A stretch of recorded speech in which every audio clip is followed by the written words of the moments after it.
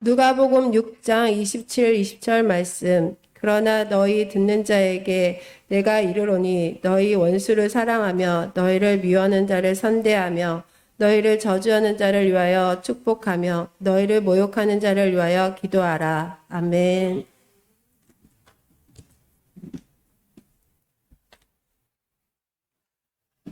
예, 제가 지난주에 기도 주간을 보냈습니다. 제가 1년 교회 행사 계획표에 제 삶의 캘린더에도 있지만 한 주간을 보내고 싶었지만 한 주간은 아니고 그냥 2박 3일 동안 개인 한 해를 좀 생각하고 또 한 해를 어떻게 맞을 것인가를 고민하고 보내는 그런 시간입니다. 그래서 해마다 11월 말이나 12월 초에 제가 이런 기도 주간을 갖습니다. 주로 하는 일은 기도, 묵상, 책 읽기 뭐 이런 거 합니다. 그래서 낯선 곳에서 혼자서 며칠을 그렇게 보내다 보면 굉장히 제 삶에 영적인 굉장히 큰 유익이 많이 있음을 오래전에 알고 빌 게이츠는 이걸 생각주간이라고 그러더라고요. 빌 게이츠도 1년에 2번 여름과 겨울에 일주일씩 휴식을 취하면서 어떤 미래적인 삶의 내용과 꿈을 꿨다고 하는데 제가 빌 게이츠보다 먼저 했는지 늦게 했는지 모르겠지만 저도 이걸 한 지 꽤 오래됐습니다. 그래서 저에게는 굉장히 삶 가운데 유익한 시간인데 우리 모두가 혹 기회가 된다면 뭐 그것이 어디이든 우리의 삶을 잠시 내려놓고 오직 하나님 앞에 우리 자신을 맡기며 잠시 세울 수 있는 그런 특별한 삶의 시간들을 많이 만들어갈 수 있기를 주님의 이름으로 축복하고 소망합니다. 이번에 제가 이 기도 주간을 보내면서 읽었던 책 중에 하나가 이 책이었어요. 아래로부터의 영성. 이 기독교 신앙을 갖고 있으면 우리가 영성이라는 얘기를 가끔씩 듣습니다. 신앙생활을 다른 말로 얘기하면 우리가 영성생활이다 라고 말합니다. 가정생활, 그러면 가정이 초점을 맞추어지는 거예요. 그래서 가정생활을 열심히 해야 된다라고 말하는 거는 한 가족으로서 가정에서 내가 담당해야 할 몫들을 책임 있게 잘 감당할 때 우리가 그걸 가정생활을 잘한다 이렇게 말합니다. 그리고 우리는 신앙생활, 교회생활 이런 얘기합니다. 그 교회생활이라는 것도 마찬가지죠. 우리가 섬기는 하나님 앞에 하나님의 그 나라와 의를 위해서 하나님께서 세상을 구원하기 위해 세워진 이 주님의 몸된 교회가 그 사명을 다하도록 하기 위해서 우리가 마음과 정성을 쏟는 일을 우리가 교회생활이다라고 말합니다. 근데 우리가 말하는 영성생활이라고 하는 것은 훨씬 더 큰 의미입니다. 우리가 교회생활 그리고 교회 바깥에서 가정의 생활, 따로 직장의 생활, 이 모든 것들을 포괄하는 신앙인의 삶, 우리는 그것을 영성생활이다 이렇게 말합니다. 근데 앞에 영성이 붙어요. 생활은 생활인데. 영성생활이라고 하는 이 생활의 궁극의 목표는 뭐냐면 우리가 예수 그리스도를 닮아가는 데 있습니다. 이게 우리의 신앙의 궁극적인 목표입니다. 우리는 예수 그리스도의 삶을 닮아가기 위해서 기도하고 하나님의 말씀을 묵상하고 또 세상 자연의 만물을 바라보면서 하나님의 창조와 섭리의 은총을 헤아려 볼 수 있는 것입니다. 그러면서 우리는 더욱더 우리 주님을 닮아가기 위해 몸부림치는 거죠. 그래서 이런 그리스도를 닮아가는 삶을 하나님을 향한 거룩한 갈망 이렇게 표현할 수 있습니다.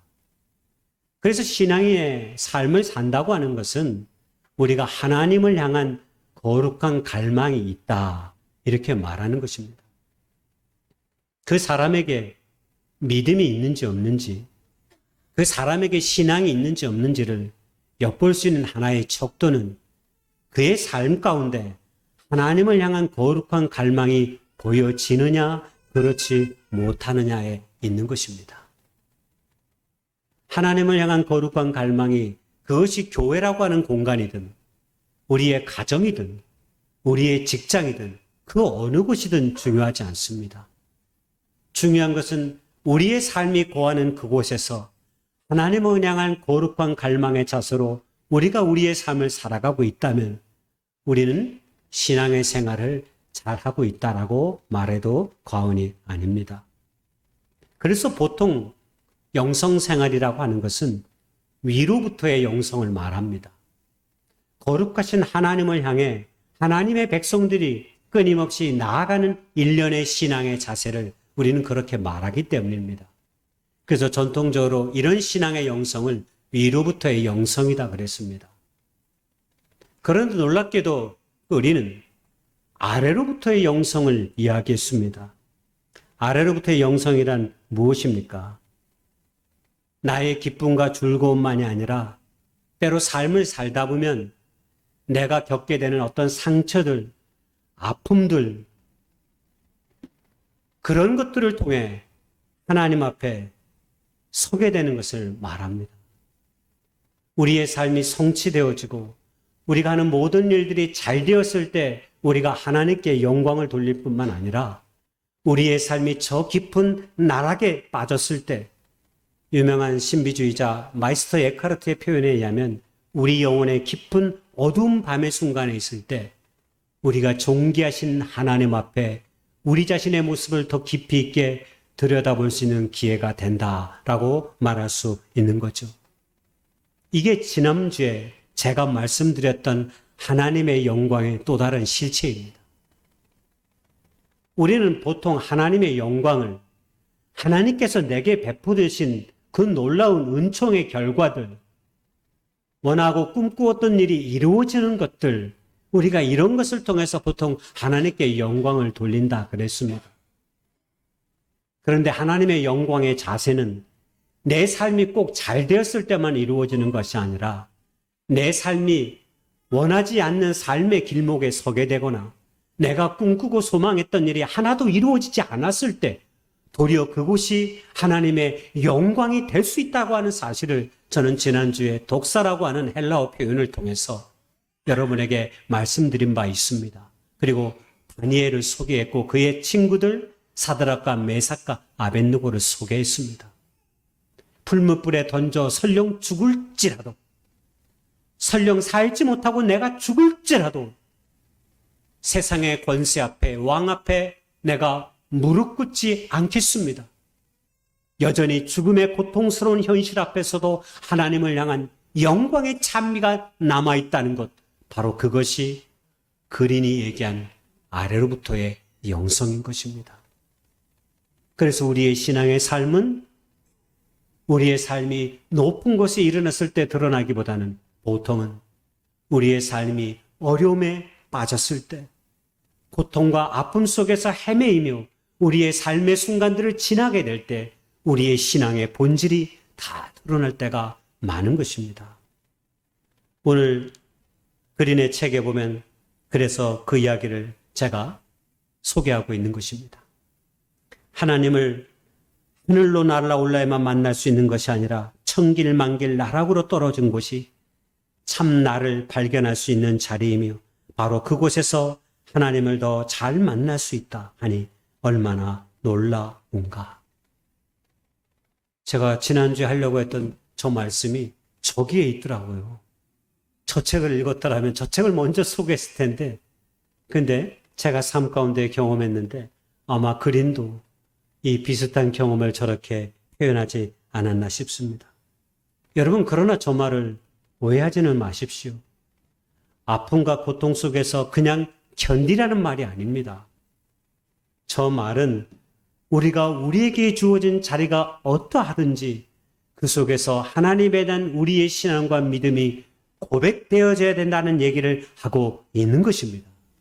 여러분, 이 고백을 한 사람이 바로 욥입니다. 여러분, 욥이 어떤 사람인지는 우리가 잘 알고 있습니다. 성경 욥기에 보면 남부럽지 않은 삶을 살았던 한 의인을 소개합니다. 그 사람의 이름이 욥입니다. 성경에 그가 갖고 있는 집의 형편과 가산을 소개하는데요, 놀라울 정도입니다. 좋은 아내와 7명의 아들과 3명의 딸, 10명의 자녀를 두었습니다. 그리고 집안은 너무 풍족했습니다. 양이 7,000마리요, 낙타가 3,000마리요, 소가 500마리요, 암나귀가 500이었다고 합니다. 오늘날로 표현을 얘기하면 그냥 재벌입니다. 그냥 재벌과 같은 엄청난 소유를 가지고 있었던 것입니다. 그런데 그것뿐이에요. 성경은 말하기를 그가 온전하며 정직했다 그랬습니다. 그리고 하나님을 경외하는 삶을 살았다라고 말합니다. 그런데 하루아침에 그의 자녀들을 잃고 그의 가산들을 다 잃어버렸습니다. 도저히 이해할 수 없었습니다. 그리고 그의 몸은 온몸에 종기가 나 질그릇 조각으로 자기의 온몸을 긁는 형편에 처해 있었습니다. 제가 유진 피터슨의 메시지 성경으로 옮겨놨습니다. 조금 더 여러분이 쉽게 잘 이해할 수 있도록 말입니다. 그때 마지막에 욥은 이렇게 고백했습니다. 그러나 나를 그 상태로 버려두지는 말아 주십시오. 날짜를 정하시고 때가 되면 나를 다시 찾아주십시오. 우리가 죽으면 다시 살겠습니까? 나는 이것을 여쭙고 싶습니다. 이 힘겨운 시기 내내 나는 희망을 놓지 않고 최후의 변화를 기다립니다.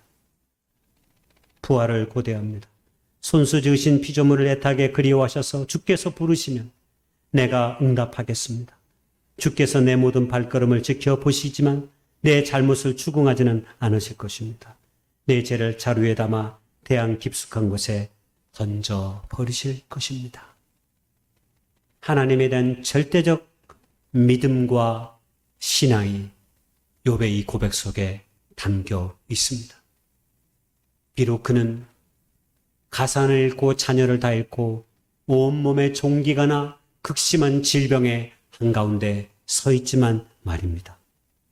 아픔과 고난 속에서도 우리 안에 거룩한 갈망을 포기하지 않는 것, 여러분 그것이 신앙이고 믿음이고, 그리고 그 신앙의 믿음의 사람들이 대표적으로 오늘 우리에게 표현하는 그 실체가 바로 욥이 드렸던 그 기도인 것입니다. 그러므로 하나님의 백성들은 하나님을 향한 그 거룩한 갈망의 자세, 바로 기도의 자세로 우리의 모든 삶의 순간들을 놓지 말아야 합니다. 그럴 때 우리는 우리의 시면 깊숙이 자리 잡으신 하나님께서 고난 가운데서도 우리를 붙드시고 고난 가운데서도 우리를 이렇게 세우시는 그 놀라우신 하나님의 능력과 은총의 손길을 경험할 수 있기 때문입니다.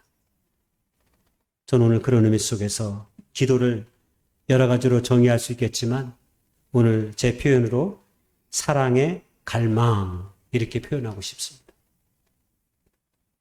기도는 사랑의 갈망입니다. 세상 모든 사람들은 누구나 마음에 갈망이 있습니다. 그 갈망이 어떤 것입니까? 예를 들어서 2023년 12월 이때쯤 되면 우리 안에 한 가지 마음이 들어섭니다. 우리도 모르게 한 가지 마음이 끼어듭니다.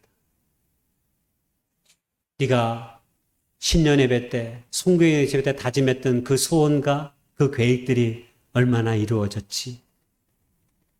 네가 올 한 해를 생각하면서 여러 가지를 마음에 두며 기도했지만 과연 얼마큼 그 모든 삶의 시간들 속에 하나님의 은총의 손길 속에 있었던 것인지 하는 그런 생각들이 우리의 마음 한켠에 끼어듭니다.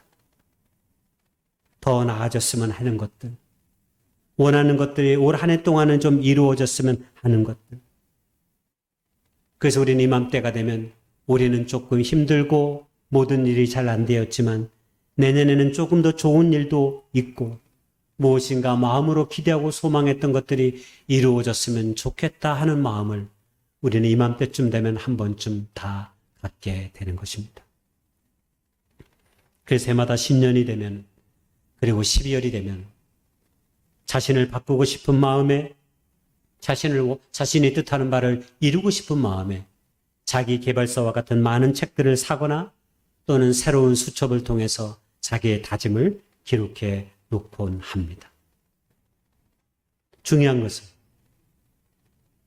믿음의 사람들에게는 언제나 우리의 갈망이 지나치게 물질적이거나 하나님이 기뻐하시지 않는 것들이 되어서는 곤란하다라고 하는 사실입니다.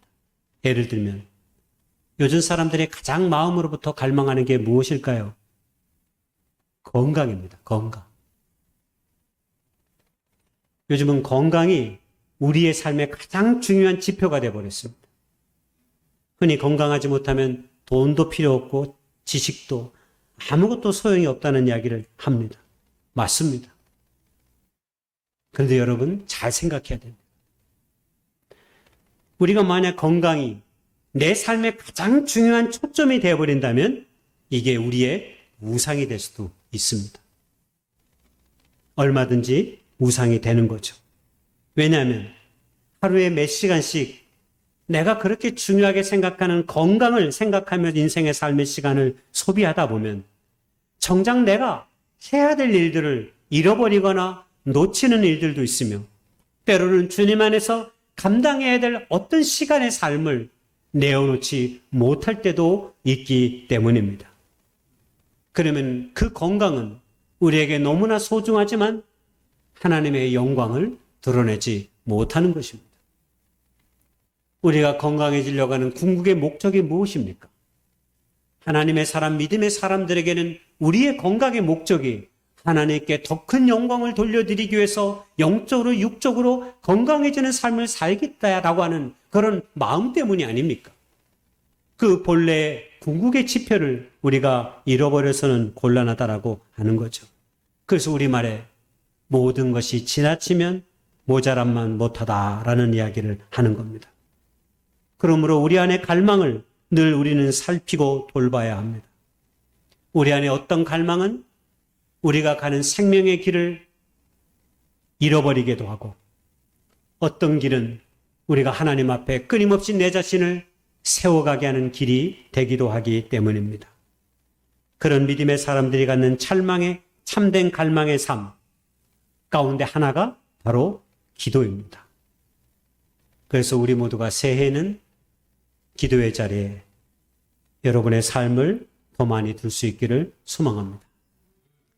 그리고 이 갈망, 이 기도는 하나님 안에서의 우리의 사랑을 깊어가게 합니다. 왜냐하면 성경은 기독교가 사랑의 종교라고 말하기 때문입니다. 예수님의 십자가의 사랑이 우리를 구원하였기 때문입니다.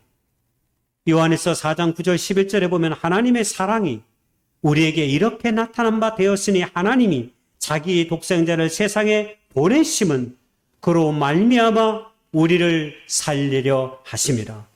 사랑은 여기 있으니 우리가 하나님을 사랑한 것이 아니오 하나님이 우리를 사랑하사 우리 죄를 속하기 위하여 화목제물로 그 아들을 보내셨다라고 성경은 우리에게 이야기하고 있기 때문입니다. 사랑은 아무리 강조해도 모자람이 없지만 사랑이 쉬운 것은 아닙니다. 우리는 사랑은 동사라고 말하지만 이 동사적 사랑의 시작, 바로 그것은 기도입니다. 그래서 기도에는 저는 세 가지의 사랑이 담보되어져 있다라고 오늘 여러분에게 말씀드리고 싶습니다. 기도는 사랑인데요. 그 세 가지 담보된 사랑의 실제는 첫째, 하나님 사랑입니다. 여러분, 기도는 하나님 사랑입니다. 16세기 스페인 아빌라에서 태어난 유명한 기도의 스승이라고 불리는 아빌라의 테레사라고 하는 수녀가 있었습니다. 이 수녀는 32개의 수도원을 세웠어요. 32개의 수도원을 세워서 기독교가 타락해져 가는 것을 막기 위해서 몸부림친 사람입니다. 32개의 기도원을 세웠다는 것이 여러분에게 보통 일입니까? 그리고 평생의 시간의 삶 동안 하나님 앞에 무릎으로 나아갔습니다. 그런 그녀가 말하기를 기도에서 가장 중요한 것은 하나님을 많이 사랑하는 것입니다. 라고 고백했습니다. 여러분, 왜 우리에게 규칙적인 기도가 중요한 것입니까? 여러분, 하루의 삶 가운데 규칙적인 기도로 하나님의 사랑 앞에 나가고 있습니까?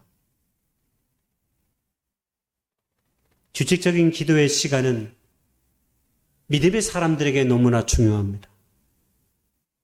왜냐하면 지금 내 삶이 어디로 향하는지, 어디로 가고 있는지를 알 수 있게 하기 때문입니다.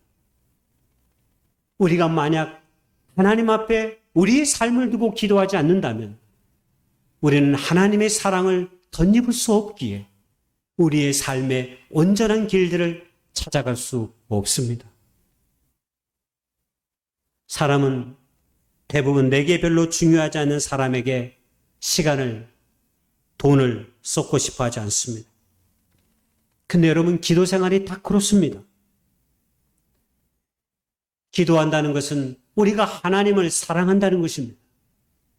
기도한다는 것은 하나님에 대한 우리의 사랑이 더욱 깊어져 가고 하나님의 사랑이 나를 향해 더욱 깊어져 간다고 하는 가장 구체적인 현실입니다.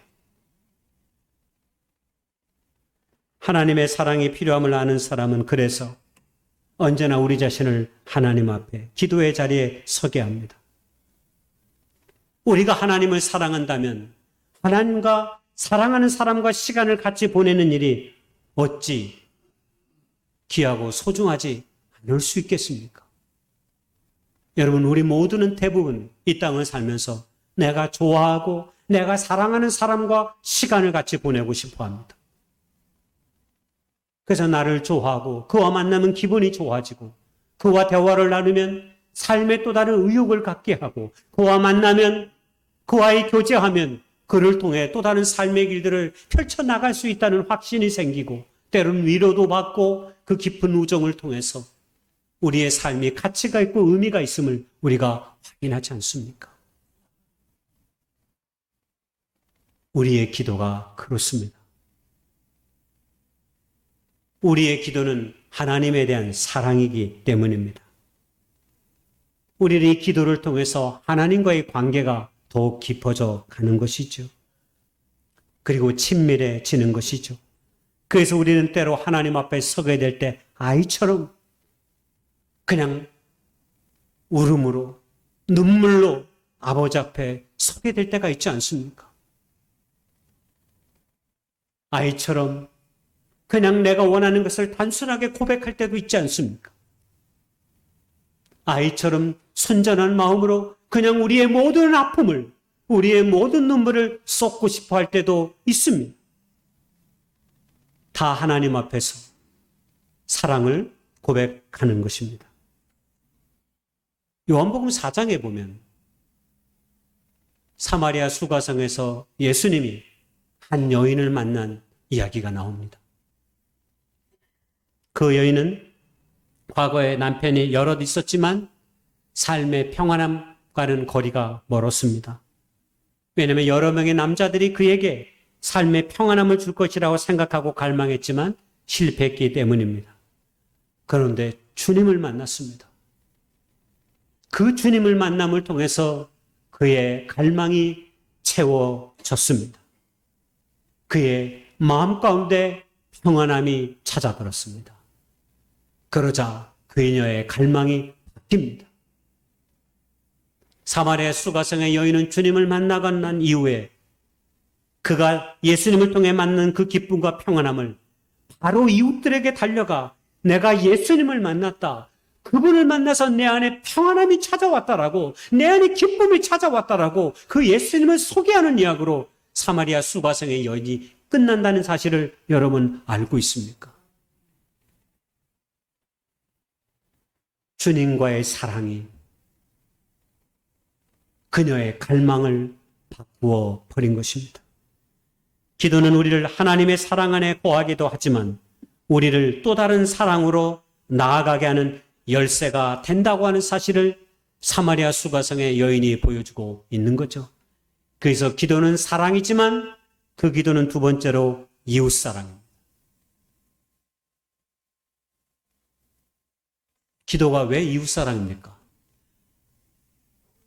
우리가 사랑하는 기도할 때 대상을 마음에 품습니다.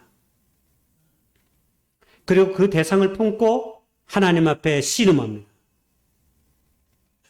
중보기도가 대표적으로 그러합니다. 우리가 누군가를 위해 기도할 때 되면 그 사람을 마음에 품습니다. 정윤정 시인이 말했던 것처럼 한 사람이 우리 안에 마음에 품어주는 것은 그의 삶 전부가 우리 안에 오는 것처럼 말입니다. 그래서 우리는 그 한 영혼을 가슴에 품고 기도합니다. 그가 걸어왔던 삶의 모든 것들을 되짚어 생각해 보면서 그리고 그 영혼을 위해 하나님 앞에 우리가 기도하며 나아갈 때 우리도 모르게 그를 향한 우리의 사랑이 커져가는 것을 우리가 경험할 때가 많이 있습니다. 제가 지난주에 다니엘의 이야기를 했는데 제가 다니엘을 너무 사랑하게 되었다라고 말씀드린 바 있습니다. 왜 그러냐면 우리는 보통 눈앞에 보여지는 사람들, 나랑 지금 가까이 있는 사람들을 위해 기도하는 경우가 많습니다. 물론 나라와 민족을 위해서도 기도하죠. 그런데 다니엘은 지금 자기 민족의 시대의 아픔만을 놓고 기도한 것뿐만이 아니라 100년 뒤에 150년 뒤에 유대의 민족이 헬라의 제국 가운데 당하는 그 수많은 고통과 눈물의 시간과 그 아픔을 놓고 하나님 앞에 기도했는 그 믿음의 자세를 다니엘이 가졌기 때문입니다. 150년 후에 일어나는 일들, 100년 뒤에 일어나는 일들은 다니엘이 눈앞에 보여지거나 가까운 사람은 아니에요. 그럼에도 불구하고 자기 민족의, 자기 백성들의 그 아픔을 온 삶으로 가져와 기도하는 그의 기도는 얼마나 뜨겁고 놀라운지 세일의 동안 금식하며 하나님 앞에 기도할 때 하나님께서 어쩌면 다니엘을 통해서 이루고자 하시는 하나님의 그 놀라운 섭리의 역사를 다니엘을 통해서 보여주고 있는 것 아닙니까? 그렇습니다. 우리가 기도하면 반드시 우리 영혼의 확장을 가져옵니다. 우리의 영혼이 기도하기 전에는 우물과 같이 작았더라면 우리가 하나님 앞에 기도하면 기도할수록 우리가 우물 밖으로 뛰쳐나간 개구리처럼 온 대양 앞에 우리의 삶이 서 있고 우리가 사랑해야 될 대상들이 거기 서 있음을 알게 되는 거죠. 성경에 이런 넓어진 영혼의 확장의 중보기도를 가장 잘 보여주는 게 창세기 18장 19절에 소돔과 고모라의 조카 롯을 위한 아브라함의 중보기도 아닙니까? 발칙하게도 하나님 앞에 의인 50명만 있으면 저 땅을 구원해달라고 요청하는 사람이 아브라함이었습니다. 근데 50명이 아무리 생각해도 많은 것 같으니까 점점 줄여가지고 10명으로 하나님과 씨름하죠. 근데 놀랍게도 하나님은 그런 아브라함의 기도를 다 들어주십니다. 만약 하나님께서 아브라함의 기도가 어떻게든 조카 롯만은 살려주십시오라고만 기도했다면 아마 하나님께서 그 기도에 응답하지 않으셨을 거예요. 어떻게든 세상에 어떻게 되든 내 것들은 지켜나가게 해주십시오. 내 안의 소욕은 그래도 하나님 지켜주십시오. 내가 그동안 하나님께 해온 것들 있잖아. 이렇게 말했다면 아마 하나님은 그 기도 응답하지 않으셨을 것 같아요. 근데 하나님은 한 사람을 향한 게 아니라 소돔과 고모라 전체를 향한 그 간절함, 이웃을 향한 그 갈망을 하나님은 받으시고 들어주신 것이죠. 오늘 우리가 읽었던 누가복음 6장 27절, 28절의 말씀. 너희 듣는 자에게 내가 이르노니 너희 원수를 사랑하면 너희를 미워하는 자를 선대하며 너희를 저주하는 자를 위하여 축복하며 너희를 모욕하는 자를 위하여 기도하라.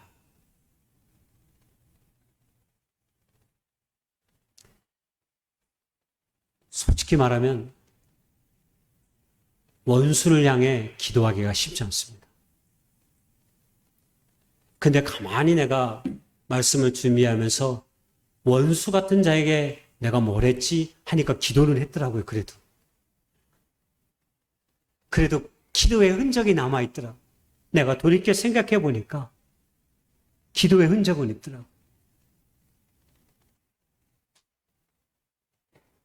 원수를 용서하는 고통스러운 기도를 우리가 순종하며 하나님께 드리면 하나님께서는 반드시 우리의 생각과 마음을 넓혀 주십니다.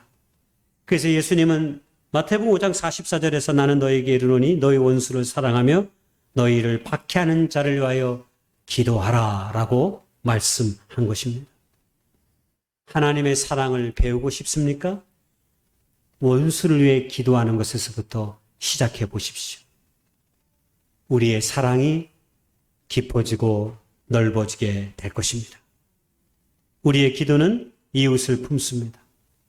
물론 우리의 이웃들에게는 친절하고 따스한 사람도 있지만 적대적인 이웃도 존재합니다. 그러나 세상과 이웃과 화해하는 유일한 길이 있다면 바로 그것은 겟세마네 동산에서 예수님의 기도였고 십자가였음을 우리가 잊지 않기를 간절히 소망합니다. 마지막으로 기도는 자기 자신을 위한 사랑입니다. 우리가 기도하면 기도할수록 깨닫게 되는 기도의 비밀이 하나 있습니다. 여러분 그게 뭡니까? 우리가 하나님 앞에 우리 자신을 자꾸 세우게 될 때 우리 안에 찾아드는 성령께서 주시는 그 마음이 하나 있어요. 어떤 거죠? 우리는 작아지고 하나님은 커져간다는 사실입니다. 우리의 마음은, 우리의 인간적인 이기적인 생각은 멀리 보내고 하나님이 주시는 새로운 마음이 우리 안에 찾아들 때가 너무 많습니다. 그렇게 되면 어떤 일이 벌어져요? 내 자신을 있는 그대로 사랑하게 된다는 사실입니다. 우리가 하나님 앞에 기도하면 하나님이 나를 사랑한다는 사실을 깨닫게 되고 그리고 내 자신을 내가 드디어 사랑하게 된다는 사실을 알게 되는 것입니다. 에베소서 5장 2절에 그리스도께서 너희를 사랑하신 것 같이 너희도 사랑 가운데서 행하라. 그는 우리를 위하여 자신을 버리사 향기로운 제물과 희생 제물로 하나님께 드리셨느니라 라고 말씀했습니다. 우리가 흔히 하는 말로 나를 사랑해야 남들도 사랑할 수 있다라는 그런 이야기를 많이 합니다. 맞습니다. 이 진실입니다. 그리고 사람들과의 관계의 실마리를 풀어가는 전제이기도 합니다. 만약 우리가 누군가와 관계가 얽혀 있다면 우리가 하나님 앞에서 우리 자신을 맡기며 기도하며 나아갈 때 그리고 무엇보다 내 자신에 대한 하나님의 사랑을 분명하게 깨달을 때 우리는 우리의 손을 펴게 되고 우리의 마음의 일부를 열어놓게 될 수 있는 것입니다. 하나님의 사랑 속에 있는 존재임을 우리가 깨닫거나 알지 못하면 우리는 기도할 수도 나아갈 수도 없습니다. 그러나 주님의 사랑을 바다로 비유하면 내가 그 바다의 한가운데, 그 바다의 은혜 가운데 있다는 사실을 알게 되면 여러분 어떤 일이 벌어지죠?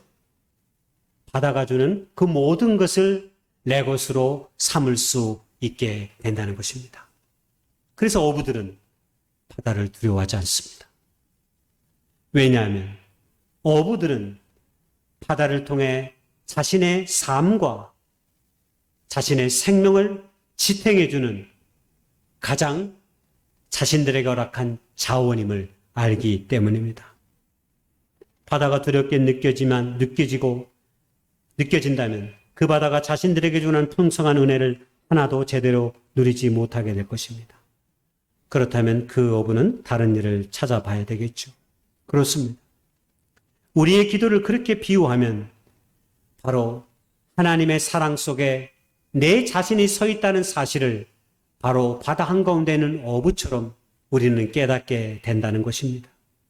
우리는 그리고 그 사실을 믿으며 사는 것이죠.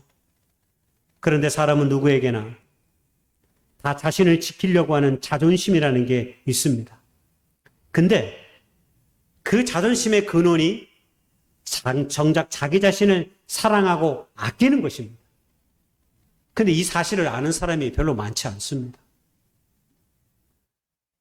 여러분이 하나님의 사랑 속에 거한다는 사실을 어떻게 늘 느끼고 깨닫습니까? 제가 농담반 진담반으로 늘 하는 말이 있잖아요. 제 삶의 유일한 사치가 있다고. 네. 제 삶의 유일한 사치가 뭐죠? 네? 근사한 데 가서 커피 한 잔 마시는 거라고 내가 여러 번 말씀드린 적이 있습니다. 제가 저를 위해 무슨 사치를 하겠습니까? 제가 돌이켜 생각해 보면 한 달 가만히 보면 나를 위해 쓰는 게 별로 없어요. 근데 다른 사람도 딱 그렇더라고요. 네. 나를 위해 별로 쓰는 게 없어요.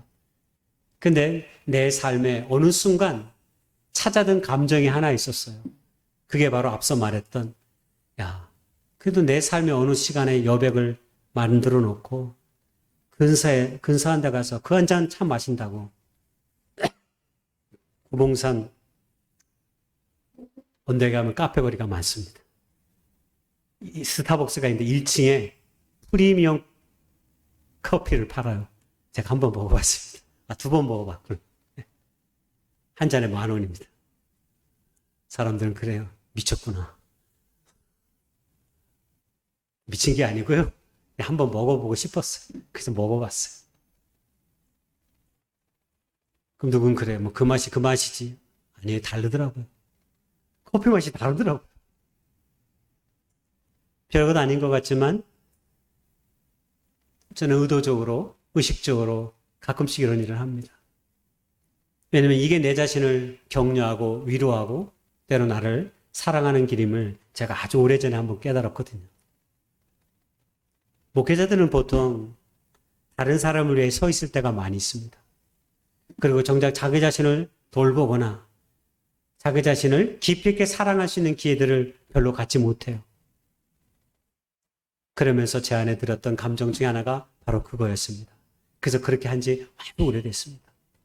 그래서 시간의 여백이 조금만 생기게 되면 조용히 차를 한 잔 마시면 저는 그때가 왜 이렇게 행복한지, 그리고 내 자신에게 얼마나 큰 위로가 되는지 모르겠습니다.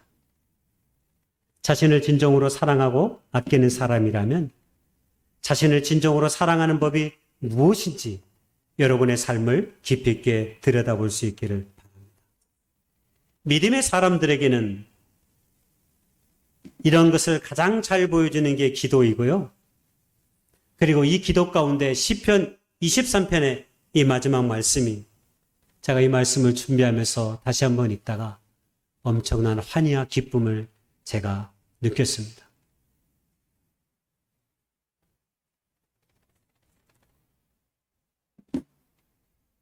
다윗의 가장 사랑받는 기도 하나를 꼽으라면 23편입니다.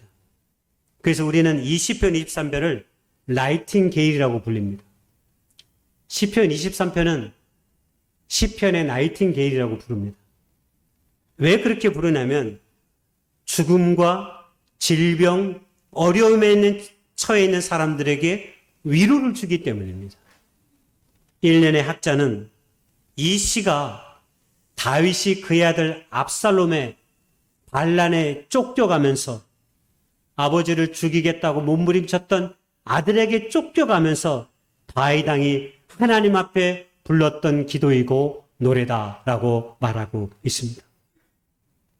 그러면 알 수 있겠죠. 이 기도가, 이 시가 가장 절망스럽고 수치스럽고 고통스럽고 아픔이 있고 고통의 한가운데서 이 시가 노래되어졌다는 사실 말입니다. 그런데 이 시가 그러므로 고통 가운데 있는 자들, 그리고 기쁨 가운데 있는 자들, 어떤 상황이 있든 간에 우리는 이 시를 통해 얼마나 많은 위로를 받는지 모릅니다. 읽고 오늘 말씀 마치기를 원합니다. 여호와는 나의 목자시니 내게 부족함이 없으리로다. 그가 나를 푸른 풀밭에 누이시며 실만한 물가로 인도하시는도다. 내 영혼을 소생시키시고 자기 이름을 위하여 의의 길로 인도하시는도다. 내가 사망의 음침한 골짜기로 다닐지라도 해를 두려워하지 않을 것은 주께서 나와 함께 하심이라. 주의 지팡이와 막대기가 나를 안위하시나이다. 주께서 내 원수의 목전에서 내게 상을 차려주시고 기름을 내 머리에 부으셨으니 내 잔이 넘치나이다. 내 평생에 선하심과 인자하심이 반드시 나를 따르리니 내가 여호와의 집에 영원히 살리로다. 기도는 우리를 하나님 앞으로 이웃에게로 자기 자신에게로 데려가며 올곧게 서게 합니다. 기도의 사랑이 우리를 구원할 것입니다.